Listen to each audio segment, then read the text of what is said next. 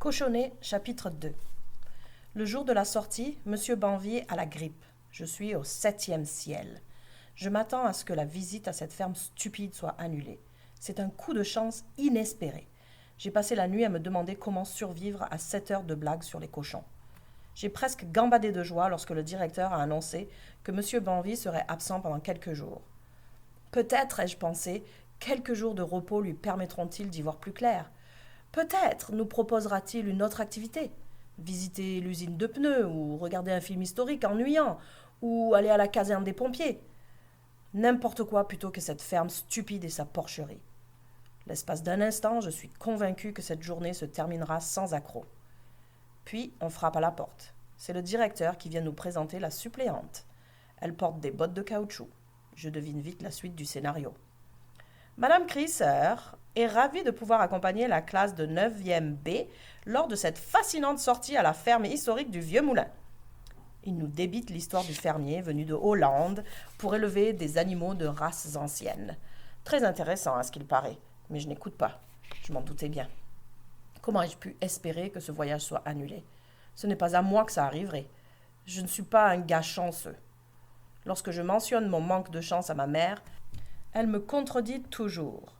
Mais bien sûr que tu es chanceux. Tu es jeune et en santé. Tu as une maison confortable et un garde-manger bien rempli. Comme si ça pouvait me réconforter. Essentiellement, elle dit que je suis chanceux de ne pas être mort. Je jette un regard autour de la classe. Pourquoi est-ce que je n'ai pas autant de chance que les autres? Ils sont jeunes et en santé eux aussi. Mais en plus, ils sont grands et beaux et drôles et riches et musclés et populaires et tout ce que je ne serai jamais. Je suis maigrichon, j'ai les dents en avant comme un lapin, et je m'appelle Cochon. Si j'essayais d'expliquer ça à ma mère, elle secouerait la tête et me dirait que les choses pourraient être bien pires. Imagine ce que ce serait si tu étais un cochon corpulent, comme ton cousin Andy. Imagine ce qu'il doit subir. Bien sûr, pas besoin de me faire un dessin. La prochaine fois que Shane se moquera de mon nom, je lui répondrai « Oui, mais je ne suis pas un gros cochon ».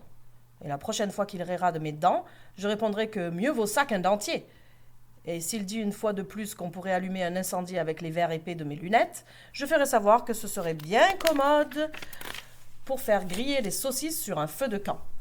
J'ai envie de rire lorsque j'y pense, mais je sens le regard de Shane posé sur moi. Il n'y a que les losers qui rient tout seuls.